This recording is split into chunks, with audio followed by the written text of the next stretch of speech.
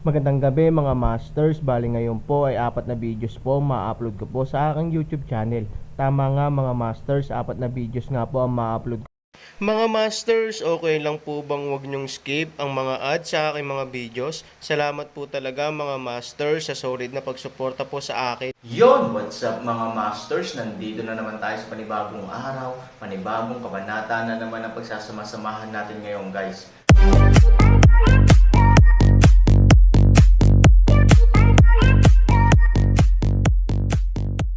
Bali mga masters, kung bago ka pa lang po sa aking YouTube channel, please click the subscribe button, lalong-lalo na po yung notification bell guys, para maging connected pa rin tayo sa isa't isa at maging updated kayo sa mga susunod ko pang video. Bali mga masters, bago natin umpisahan ng kwento ay mag-shoutout po muna tayo para sa mga solid nating tagapakinig. At shoutout kay User DM at shoutout kay Ropino JR. Yun na nga mga masters, no? Bali hindi na ito patagalin. In 3, 2, 1, let's go!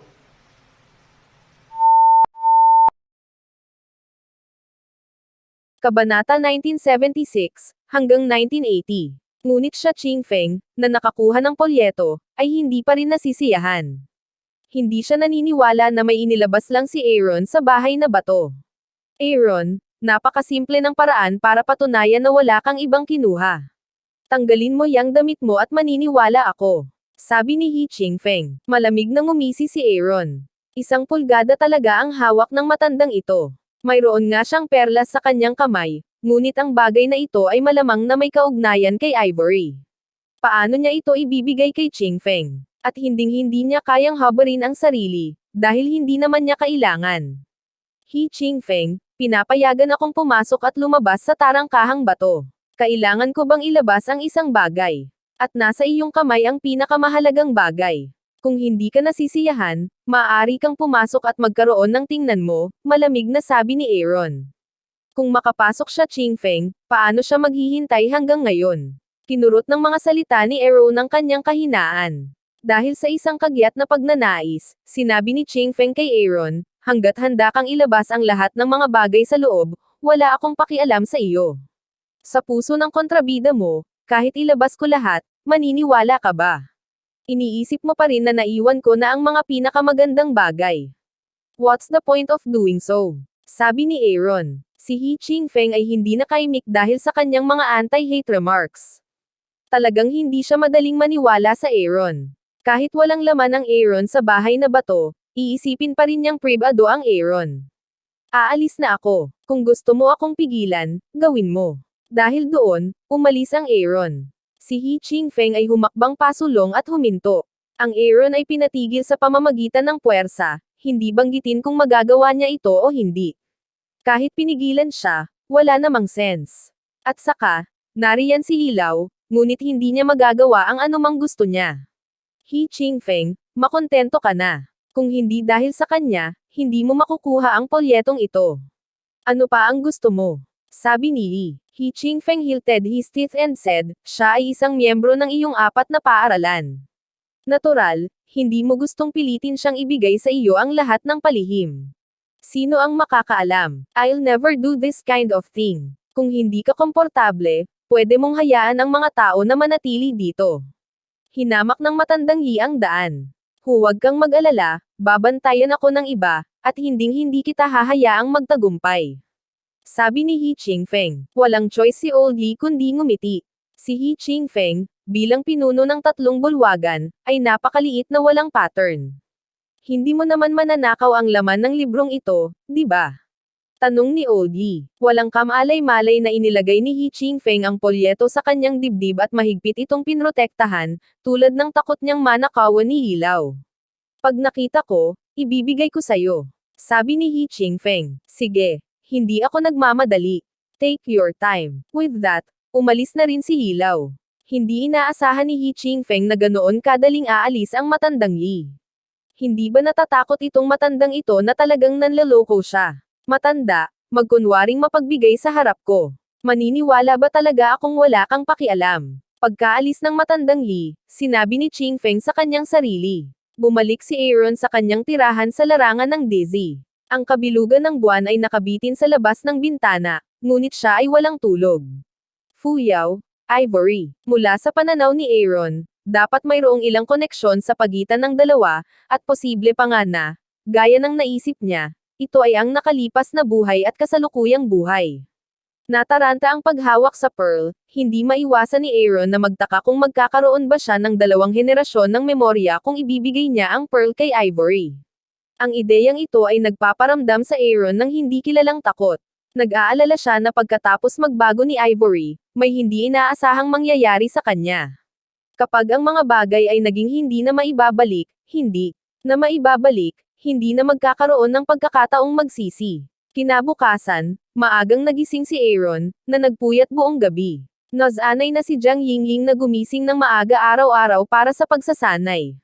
Bagamat alam niya ang agwat ng lakas sa pagitan niya at Aaron, alam din niya na hindi niya kayang abutin ang Aaron sa kanyang buhay, ngunit gusto niyang panatilihin ang agwat sa Aaron hanggat maaari sa sarili niyang pagsisikap. Yingling, naniniwala ka ba sa reincarnation, nakaraan at kasalukuyan? Tanong ni Aaron kay Jiang Yingling. Napahinto si Jiang Yingling sa pagsasanay nang marinig niya ang pangungusap na ito. Hindi na siya nag-isip pa at saka sumagot, naniniwala ako. Bakit? Sa harap ng Jiang Yingling kaya matatag na sagot, Aaron itinaas alinlangan. Kung hindi ako nakagawa ng maraming magagandang bagay sa huling buhay ko, paano kita nakilala sa buhay ko? Nakangiting sabi ni Jiang Yingling. Ang Aaron ay pipi ngunit nabigong ngumiti. Anong dahilan ito? Puro kalokohan lang. Sa mundong ito, maraming mga bagay na hindi maipaliwanag ng malinaw. I think everything is arranged. Kung hindi ka nakilala ng nanay ko, wala siyang trabaho. Kung hindi kita nakilala, na-frame na sana ng mga taong iyon. Malaki ang utang ng pamilya namin sa iyo. Hindi ko alam kung paano ka babayaran noon. Pero bigla akong nagkaroon ng kakayahan na sundan ka. This is God's chance to repay me, patuloy ni Jiang Yingling. Sa opinyon ni Aaron, ito ay nagkataon lamang. Kung hindi dahil sa kanya na inilagay ang kanyang bungo sa utility room at si Jiang Yingling ay nagkataong nakatira sa silid na iyon, wala siyang kakayahan na mayroon siya ngayon. Siyempre, hindi may kakaila na ito ay maaaring itinadhana. Wala talagang makatwirang paliwanag para sa misteryo at misteryo. Napabuntong hininga si Aaron. Kahit anong isipin niya, parang wala namang silbi. Kung may nakaraang buhay at kasalukuyang buhay, ibibigay niya kay Su Yingxia ang perlas. Baka lumabas ang katotohanan, mismo na ang nanay mo. Tanong ni Aaron. Napayuko si Jiang Yingling at punong-puno ng kawalan. Bagamat iniwan niya si Yun Cheng sa loob ng maikling panahon, marami siyang naranasan. Paanong hindi niya ito maiisip? Gusto pa ring I welcome ang nakatatandang kapatid na babae sa tag-araw, kailangan pa ring magbasa anak, gusto ng lahat. Sabi ni Jiang Yingling, gusto kong si Aaron ay bamaantong hininga at sinabing, kaya kailangan nating lutasin ang mga problema dito sa lalong madaling panahon bago tayo makabalik sa Cloud City. Brother Aaron, gusto kong pumunta sa kuweba ng Diablo kasama ka. Sabi ni Jiang Yingling, huwag kang mag-alala, hindi ko itatapon ito. Magsanay ka muna, at pupunta ako sa matandang Yi para ayusin ito. Tapos na ang Aaron at umalis na. Ngayong matagumpay na siyang naging isang lokal na karakter, ang kailangang harapin ngayon ng Aaron ay ang pagsubok sa kuweba ng Diablo. Para sa kanya, hindi pwedeng maantala ang oras at kailangan niya itong tapusin sa lalong madaling panahon. Sa 4 na larangan, magkasama sina Hilaw at Fang Zon. Tungkol kay Fuyao, hindi sinasabi ni Hilaw kay Fang Zon, ngunit binanggit niya ang pagkakaiba ng Han 3,000. Sa mga mata ni Fang Zon, hindi pangkaraniwan ang Aaron, na matagal na niyang nakilala, ngunit biglang sinadya ni Hilaw, halatang kung ano ang nangyari. Bilang isa sa nangungunang 10 eksperto sa nakaraan, alam na alam ni Fang Zon kung ano ang itatanong at kung ano ang hindi dapat itanong, kaya hindi siya nagtanong ng marami, Mr. Lee. Kailan mo siya aayusin na pumunta sa kuweba ng Diablo na curious na sabi ni Fang Zon, dapat ay mas balisa siya kaysa sa akin, kaya hindi mo na ako kailangang tanungin, tanungin mo lang siya. Nakangiting sabi ni Old Yi. Pagkababa ng boses, nakita ko ang Aaron na galing sa malayo. Aaron diretso sa 2 tao sa harap, direkta sa hilumang nagtanong, kailan maaaring magsimula. Alam ni Old Yi na hindi na makapaghintay Aaron, ngunit medyo hindi inaasahang darating sa kanya ng madaling araw. Pagkatapos ng lahat, siya ay nakapunta sa bahay na bato, at dapat na mayroong higit pa kaysa sa aklat sa bahay na bato. Sa opinyon ng matandang Yi, dapat siyang makahanap ng pagkakataong pumunta sa bahay na bato. Kailan mo kailangan? Tanong ni Oldie. Ngayon. Pinagtibay ng Aaron. Wala bang sulit ang oras mo sa bahay na bato? Sumimangot si Hilaw at sinabing naghinala sila ni Ching Feng na mayroong isang bagay sa bahay na bato na maaaring magbago ng apocalypse, at maging mas malakas ang buong apocalypse. Maaaring pumasok ang Aaron, na maaaring magpalakas ng kanyang lakas. Ang kuweba ng Diablo ay isang lugar kung saan mawawalan ka ng buhay kung hindi mo ito papansinin. Kaya sa palagay ni Hilaw, dapat pumunta si Aaron sa kuweba ng Diablo pagkatapos niyang lumakas. Ito ay isang mas mahusay na pagpipilian. Tulad ng 2 gisantes sa bahay na bato, 3,000 ang nakakita ng parehong pag-iling ni Ivory. Sa harap ng bagay na ito, wala nang iba pang sapat upang mainteresan si Han ng 3,000. Ang gusto niyang gawin ay alamin ang relasyon nila sa lalong madaling panahon, kaya alam niyang ang totoong sikreto ng apocalypse ang kailangan niyang gawin ngayon. Dahil para maunawaan ang apocalypse, kailangan nating pumasa sa pagsubok ng kuweba ng Diablo. Ang dapat gawin ng Aaron ay pumunta sa kuweba ng Diablo.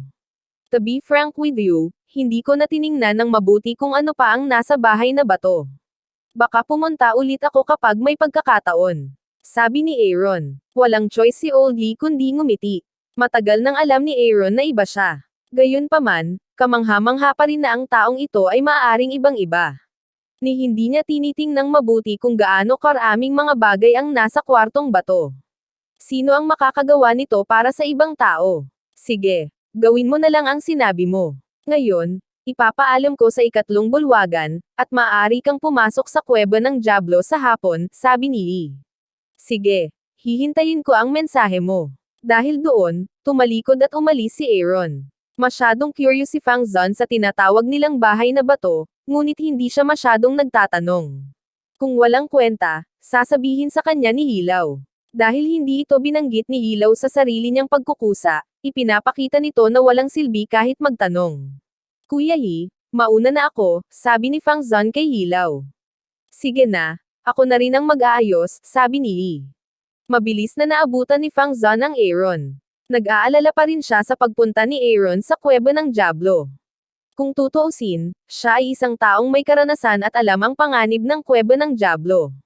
Kung hindi naging stepping stones niya ang mga taong sinamahan niya, hindi sana iiwan ni Fang Zon na buhay ang kuweba ng Diablo. Bakit ka ba nagmamadali? Ang kuweba ng Diablo ay hindi kasing simple ng iniisip mo. Mayroon akong isang katanungan sa aking puso.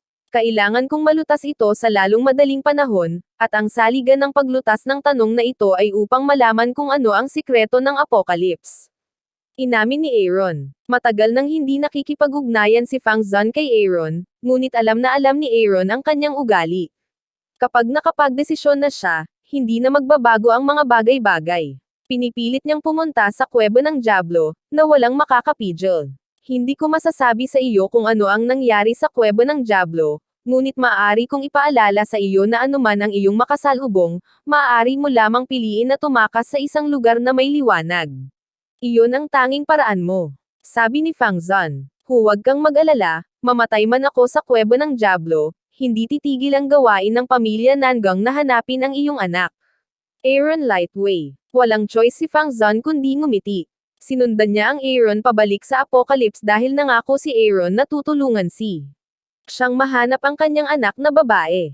Gayunpaman, sa panahong ito ng pakikipag-ugnayan, ang damdamin ni Fang Zon para sa Aaron ay hindi lamang tungkol sa mga interes, kundi pati na rin tungkol sa makitang maayos na mamuhay si Aaron at magdala ng mas malakas na puwersa sa Apocalypse, at gusto rin niyang makita kung gaano karaming himala ang magagawa ng binatang ito, lumikha. Aaron, pinaalalahanan kita, hindi lang dahil sa anak ko, kundi dahil baka mailigtas mo ang mundo. Sabi ni Fang Zon. Iligtas ang daigdig. Aaron disdain sa ngumiti, sinabi, hindi ako isang superhero, paano ko isave ang mundo? Ang kailangan ko lang gawin sa aking buhay ay upang protektahan ang aking asawa at mga anak. The prerequisite for protecting your wife and children is the stability of the world. Pagbalik mo mula sa kuweba ng Diablo, mauunawaan mo ang sinabi ko. Sabi ni Fang Zon. Bumalik si Aaron sa kanyang tirahan at sinabi kay Jiang Yingying ang tungkol sa pagpunta sa kuweba ng Diablo ngayon. Kasabay nito, iniisip din niya ang mabait na paalala ni Fang Zon. Ang pagtakbo ay ang kakanyahan ng salita. Ang dahilan kung bakit sinabi ni Fang Zan iyon ay dahil napakadelikado ng kuweba ng Diablo. Ngunit sa hula ni Aaron taon na ang nakalilipas, ang ganitong uri ng panganib ay dapat na isang uri ng material na pagsubok, katulad ng organ at iba pa. Ngunit iminungkahi ni Fang Zan na tumakbo siya, na halatang hindi nakaharap sa organ. Sa harap lamang ng malalakas ay magagamit natin ang salitang, takbuhan. Pero hindi ba bawal magpatayan ang apocalypse?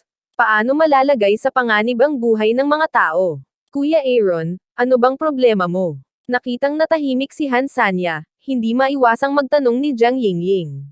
I wonder kung anong klaseng lugar ang kuweba ng Diablo. Sabi ni Aaron, tignan ko mamaya. Ngayon, ano ang punto ng paghula? Sabi ni Jiang Yingying. Aaron malalim na nag-iisip tumakbo si Ran nodded ang kanyang ulo. Sinabi, ito ang katotohanan, bakit mag-abala? Nang lumabas ang balita mula sa 4 na gate na ang Aaron ay papasok na ngayon sa yungib ng Diablo, kumalat ang balita, sa buong apocalypse sa isang iglap at nagulat sa hindi mabilang na mga tao.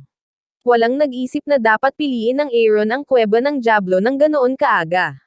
Wala pang isang buwan mula nang dumating siya sa apocalypse. Kung ito ay makumplito niya, ito ay magiging isang himala na walang makakamit. Ito ay hindi pa nagagawa, kahit na hindi pa nagagawa, pinili ng Aaron ang hamon ng kuweba ng Diablo ng napakabilis. Isa na siyang master sa antas ng prefecture, at ang kanyang mga nagawa ay higit pa sa lintong.